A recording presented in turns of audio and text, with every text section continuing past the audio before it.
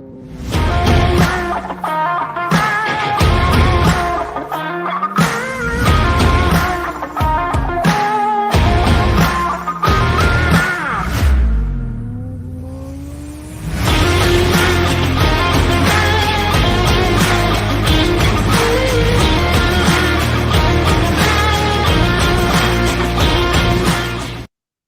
right, welcome to a Consult ROI podcast.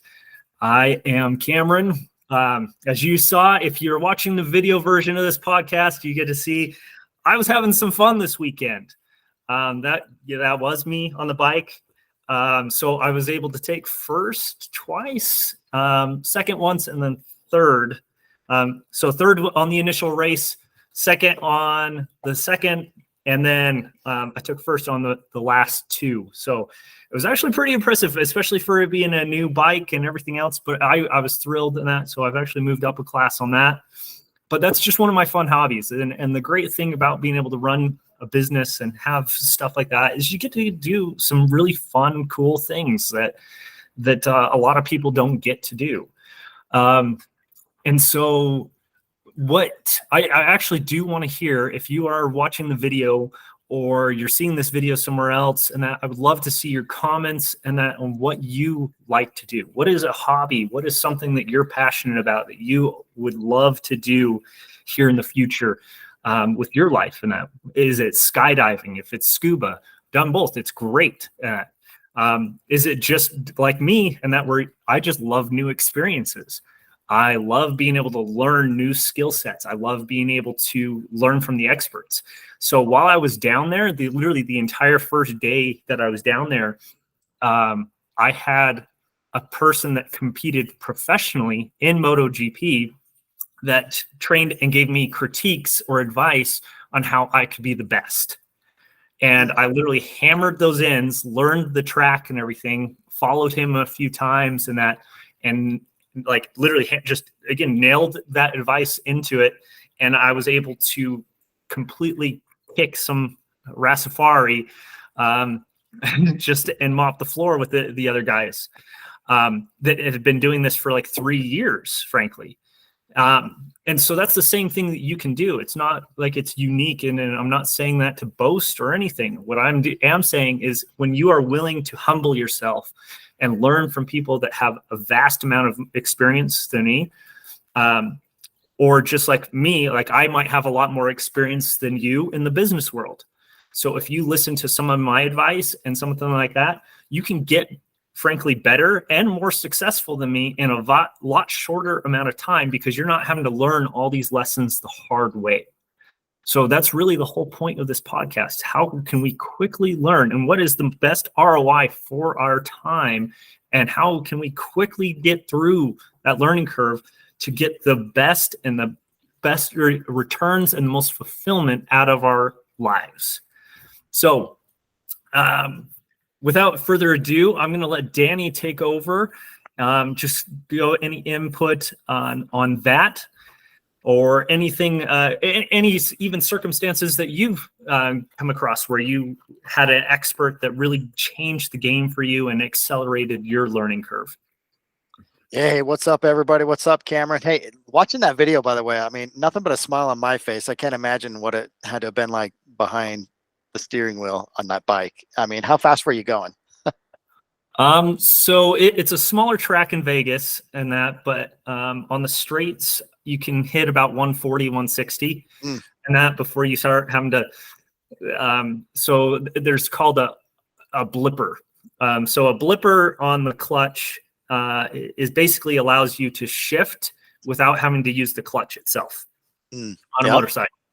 So I can so basically I can hit 160 and that, and then almost exactly by that time, I'm hitting the first curve, which means I have to downshift really quick to try to get some engine braking in, and then go into the turn.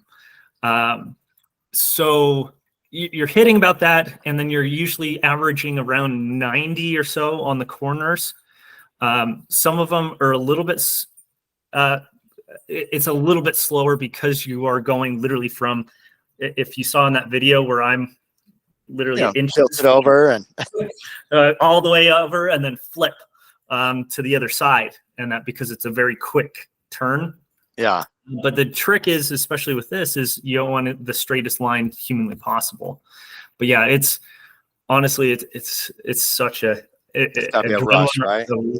It is like people don't understand that it is a physical workout because you are going, you're maneuvering all over the bike and you have to do that fluidly. And a lot of it is your legs, believe it or not.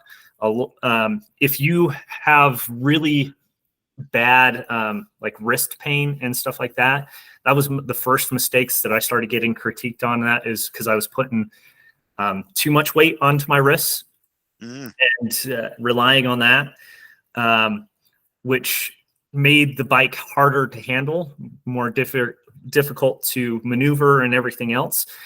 And you find that a lot of it is actually from your core. So it's all you gripping the tank or the gas tank with your legs and then using that. And then you basically have to it's almost awkward at first because you have to put your head near the front of the bike. And whenever you're going into a turn, you're literally hanging off the entire bike to make sure, and you're literally skidding your knees on the asphalt and everything, is kind of that stability, which is if you are going slow, you will fall on your butt and get hurt massively. And there was definitely some guys that did that. There was like 4 guys that ended up in the hospital. Oh, dang. And so, I mean, yeah, you can't go slow, right? So speed is going to be that key, right? I mean, I find that with, as a parent ride leader on my daughter's mountain bike team, that speed, like naturally you might want to kind of go slower or gingerly over something, but that speed's going to be your friend to kind of smooth some of that out. Well, it's like backflips, right? If you do only halfway on a backflip, you're going to land on your head and it's going to hurt. Exactly, right? Yeah. Exactly. So you've got to be fully committed. It kind of reminds me of skiing too. I'm the worst representation of skiing in Utah, just because I do it maybe once a year, if that.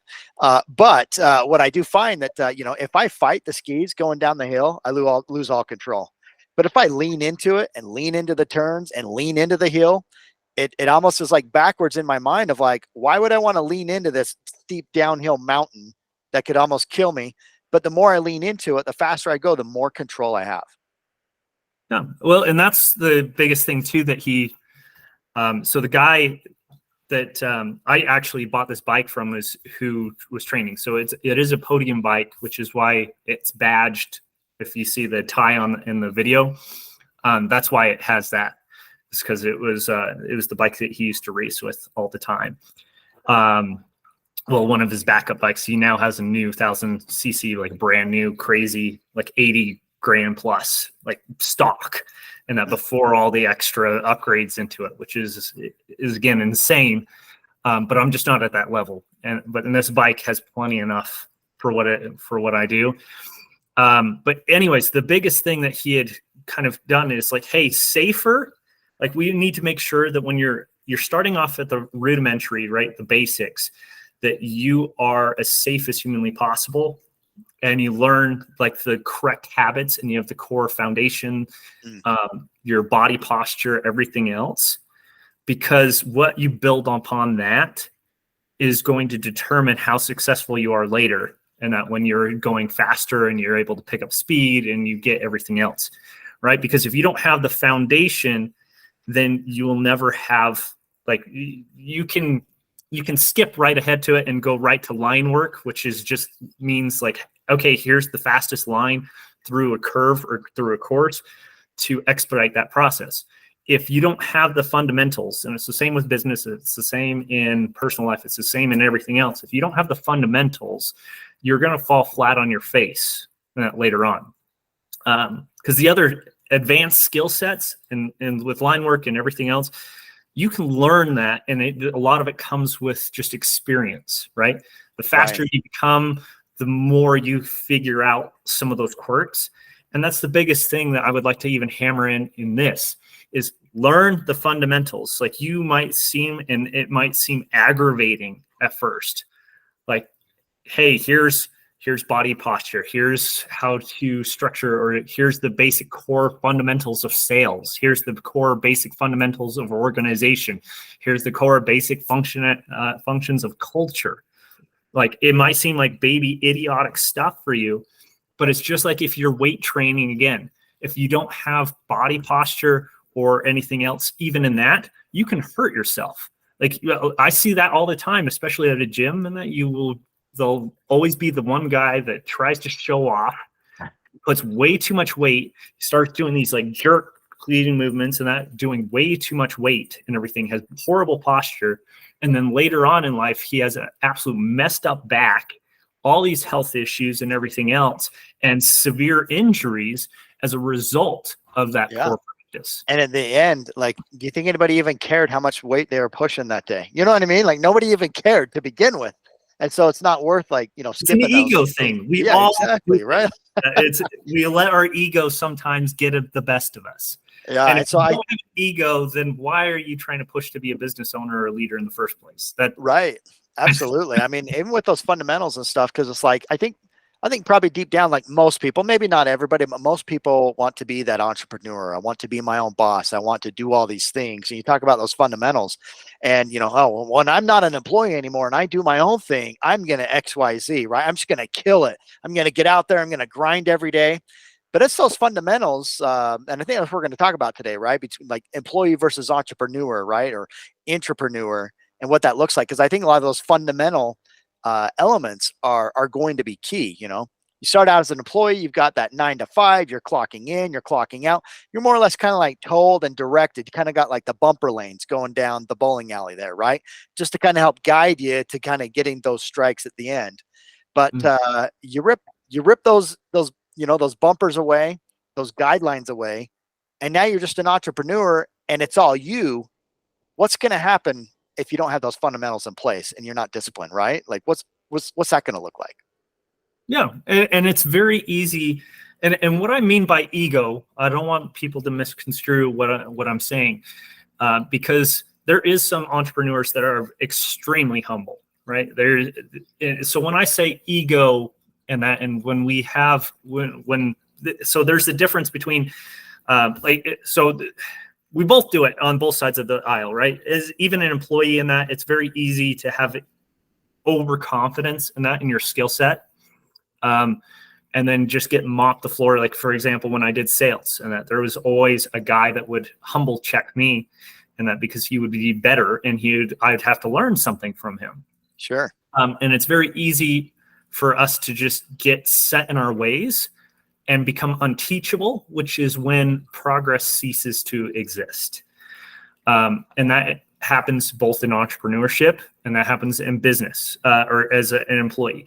What that means in your job, and that when you have a W-2, right, is that you just cease to progress or advance or gain opportunities or gain worth. You basically are in a dead end position. You've capped your worth, right? Right. And do we not see people at the same time more or less settling a lot of times too, right? Maybe it's they've been rejected for the promotions or whatever else, right? Or maybe they've just kind of got comfortable and they're just good being there, right? They clock in, they clock out, and that's that, right? Which is fine. Like, if you're happy where you are, but chances are if you're listening to this podcast, you're not happy where you are.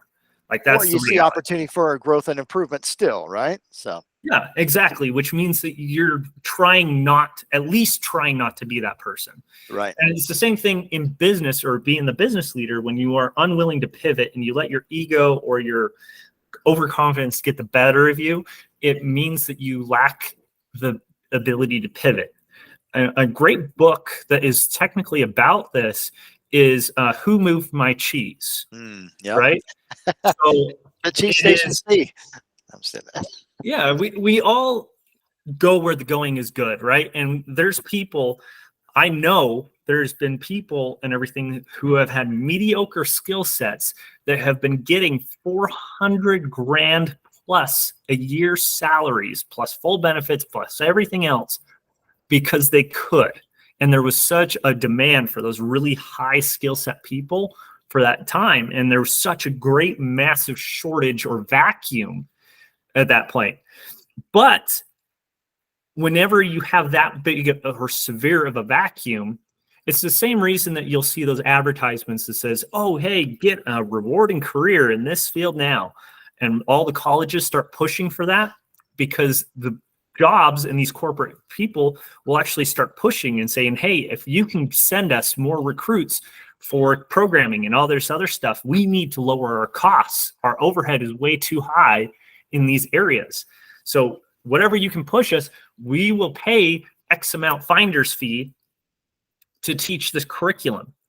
And that's where you get the sponsored curriculum from these universities and everything else. The same reason that Technical Pharma recruits salespeople, meaning doctors, for pushing their stuff.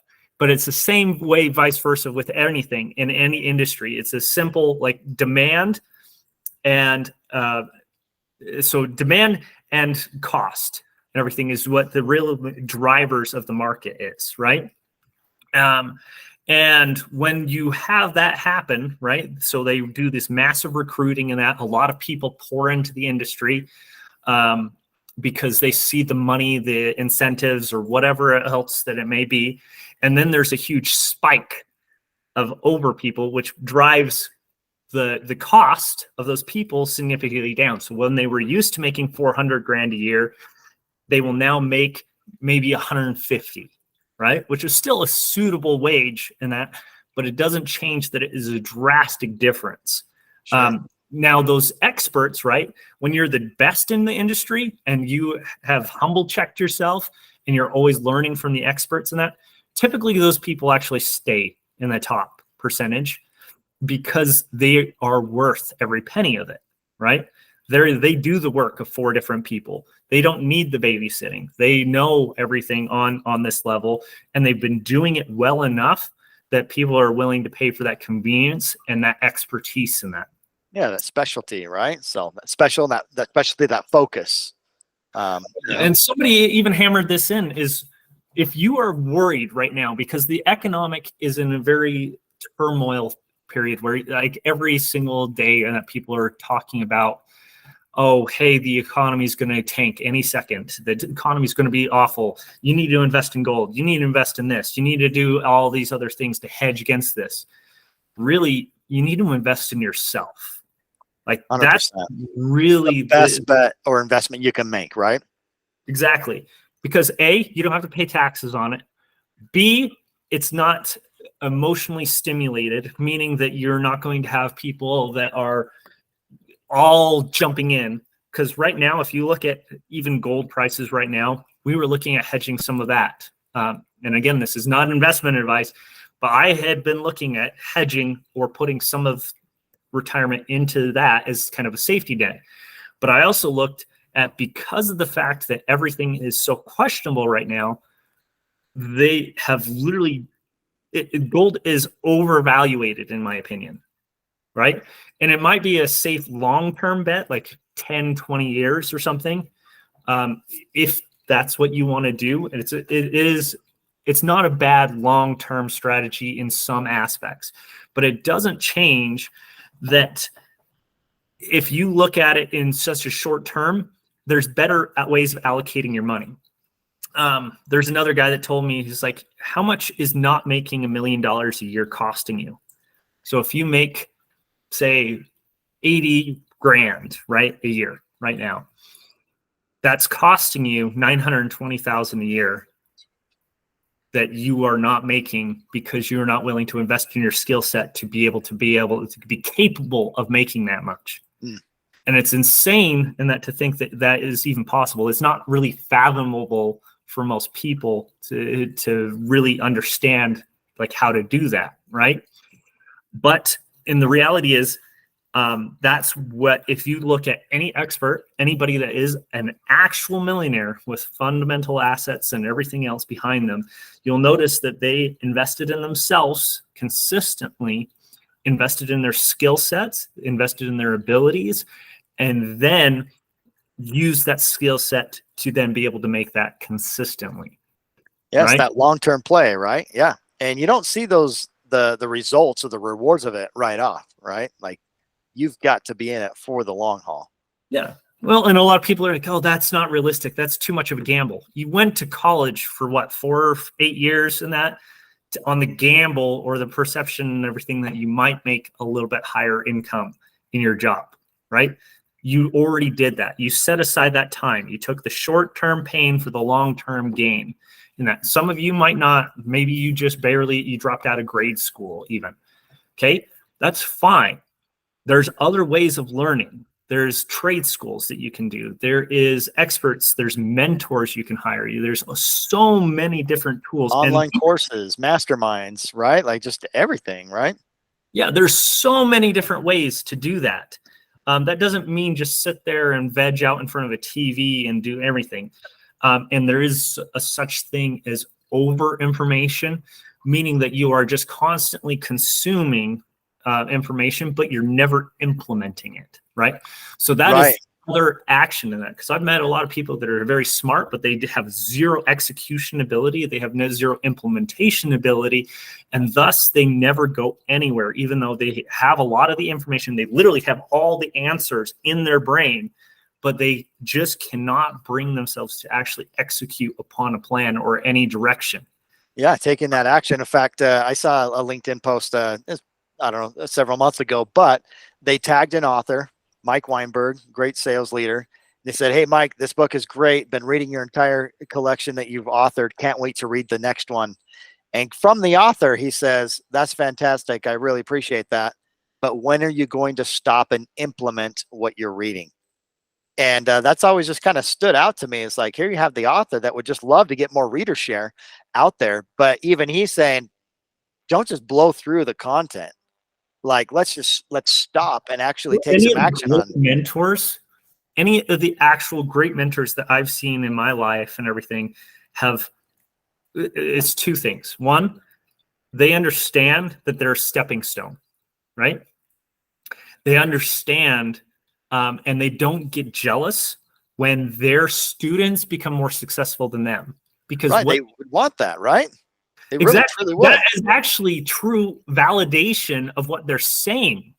Like, I don't think you understand when you're a mentor, like right now, if all of you guys made triple, if not quadruple what I have and made a more successful career and was able to do more crazy things than I've ever even been able to dream of, I would be thrilled for you, because that means I did my job in relaying all of my life experience, you know, my short 30, 40 years of experience, and was able to condense it to where you could execute, learn from all of my mistakes that I made during that time, and make it to where you could then capitalize on that and execute extremely quickly and efficiently for your own journey, right? Yeah.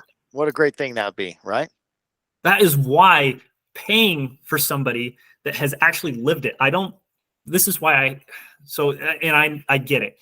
This is controversial on a lot of levels, and that I don't believe necessarily in college, because most college professors that I've met have never actually done it.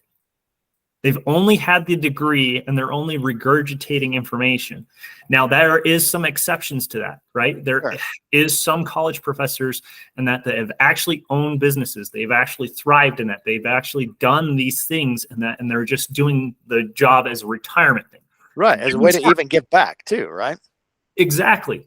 And it's the same thing you do with programs. That you actually look, and I'm not talking about, oh, hey, they just have this online persona or anything else. I'm talking about, okay, they built this business, they executed this, they made, maybe it was successful and maybe it failed flat on the face, but here's the lessons that they gained from it and the lessons you can learn, right? You don't need to touch a hot stove and that to learn that it's hot and everything if they tell you. Sometimes we do need to. Sometimes we need to learn the lesson the hard way, which then immediately validates the information that we've been taught. And I do believe in that sense and everything to do that. But what can we do to invest in mentorship and other people like ourselves or like this right now? You are sitting here listening to this podcast. So what can you do to actually execute or take one thing out of it? I'm not talking about this whole thing as a general. I'm talking one thing, write it down and make that as a consistent change or execution that you can do from this moment on. right? Right. I've gotten to know an author by the name of Kim Perrell, and she has a book actually called The Execution Factor.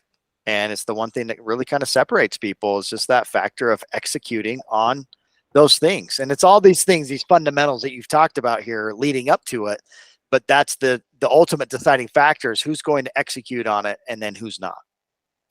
Absolutely. So one thing that I would say is the most important, probably key in success in that is stability and routine.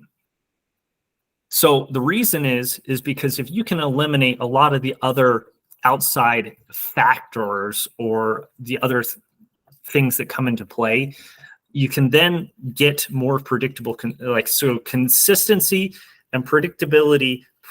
Predictable processes create predictable results, right? Mm-hmm. Absolutely. So that goes back to our earlier podcast. If you didn't, so if you have that, it then provides the ability for you to have a consistent outcome that you can then provide, right? And you can then tweak little minute things and directly see the correlation to what happened to what will happen.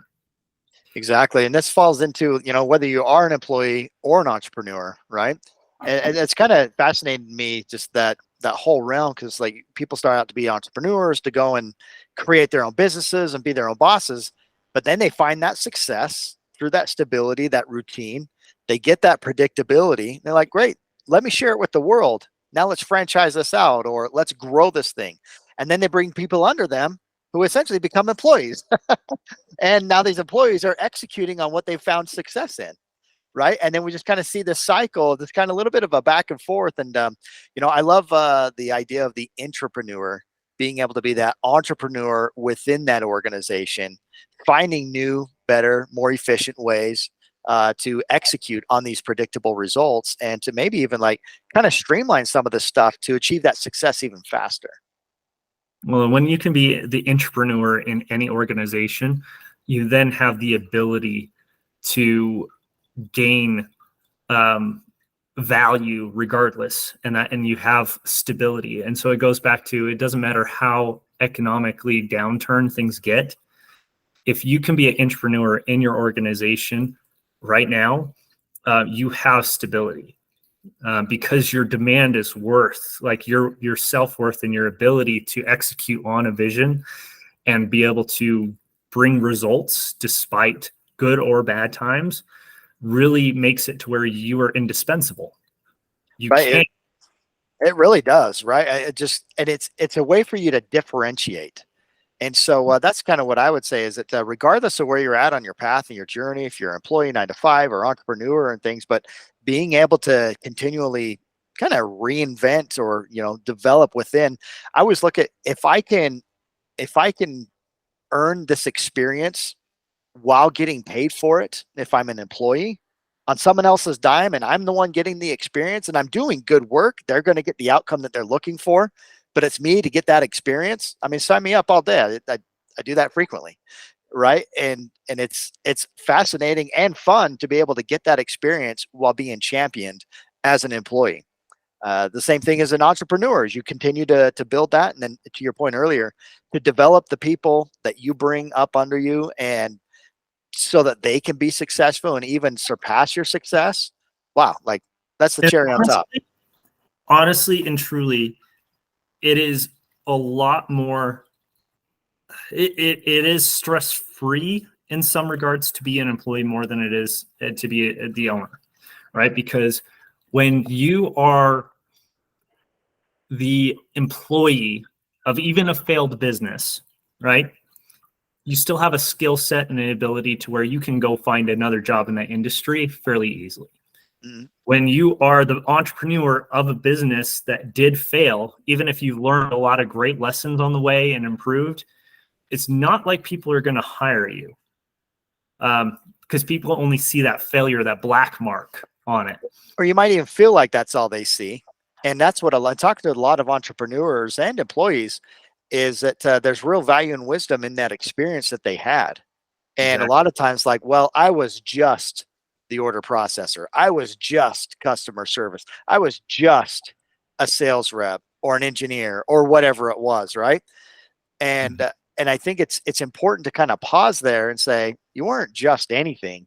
What did you do as a graphic designer? Not only did you learn different types of programs and stuff and how to make those designs, but then you also helped other small businesses get off the ground to bring their visions to life. So then how can you kind of shift some of those things and say, you know what? I'm not just a graphic designer.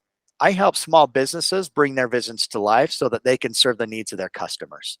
It's like, whoa, Well, that's a whole lot different than just a graphic designer, right?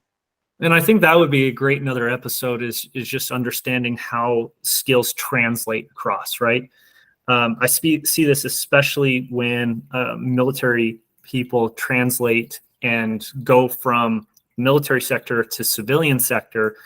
They don't understand how being whether it's a translator or an airplane mechanic or even just a combat soldier, and that translates to that.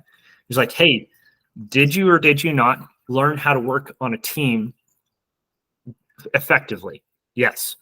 Okay. Did you or did you not know how to execute a mission and meet goals and objectives and everything, because basically your life was on the line? Yes. Did you or Exactly. did you not know how to execute processes and these systems and make sure that it is the best desirable outcome despite being horrific results? Yes. Okay. You've just shown some of the most desirable skill sets that you can have in any industry ever. Yeah, 100%. And that I agree. That maybe that'll be our next episode or topic of discussion there, how to translate skills from one job or industry to another. Because that's always been fascinating to me, is that it is difficult, for anybody to go through any transition, no question about it. But then also, yeah, coming out of the military and all these skill sets that you just named. And it's like, well, I've been in the military my whole life. Like, oh man, there's so many skills that are desirable for business owners in leadership and Where they teamwork think that and because you everything. were a combat. See, and this is the other part that I do want to capitalize on, and I know we can do a deep dive later onto this, but it's very easy to be like, hey, I was only a combat personnel or infantry or whatever else. And so what that means, I'm either a police officer or a security guard. And that's all I'm ever going to be, because all I know how to do is fight. Right. And it's easy to like limit yourself in that sense. And it's the same thing if you were, oh, hey, I only learned how to flip burgers at McDonald's. Okay, no, you learned how to maintain a quality of service. Now, you might have only learned that initially because you weren't really thinking of it long term, right? Or how to implement the skill sets. And that's okay. Not everyone does. But it doesn't change that skill set in the fundamentals you learned working in an organization with the order, with all these processes, with all this other stuff, executing on a mission, getting the willpower, the determination, all of those other key valuable skill sets people and employers especially are looking for. That's the whole reason too that I will push and promote and try to get other like veterans and other stuff, because I understand that they know how to plug into a system, that they know how to get something done. If I hand them the baton, it's the same thing. Like, I know that they've got my back just as much as I've got theirs, right? And it becomes Absolutely. that camaraderie and everything, because I can teach a new skill set, right? And when you're out in the field, and it doesn't matter if you're in any industry, as long as you have the ability to understand and figure out, like, hey, when somebody hands you the baton, how do you figure that out? If you have the fundamentals to figure things out, if you have the fundamentals to execute, if you have the fundamentals to keep disciplined, if you have the fundamentals to stay in a routine, then it doesn't matter what industry you step into, you can be successful. And so because you were willing to step down to the baby steps and the fundamentals, you were then able to be substantially more successful in anything that you step into. I love it. No, I think that's some great notes to end on, because that's really back where we started, right? You're that humility, willing to listen and learn from those who have been successful at it in the past, overcome any of the challenges or mistakes that they've made, but then apply them to yourself. You're still going to make some mistakes and stuff along the way. That's fine. That's how you learn and gain that experience. But hopefully you're able to fast track that because you're willing to listen to an expert that's gone before. Awesome. Well, thanks, Danny. I think next week, let's just plan on that. So we'll talk on essentially the key of translating skill sets across. But I look forward to, thank you guys, first of all, for joining and listening into this. If you gained value, please share the podcast. That's all I ask. And we're obviously not taking any sponsorships. We're not getting paid for this right now. So the best thing that I can say is a thank you, genuine thank you for both Danny and me, is just share it, get the word out, allow us to help more people, allow us to change more lives and allow you to really step up to the true potential that we know that you're capable of. So with that said, thanks for joining the Consult ROI podcast, and we'll see you on the next one. See you guys later.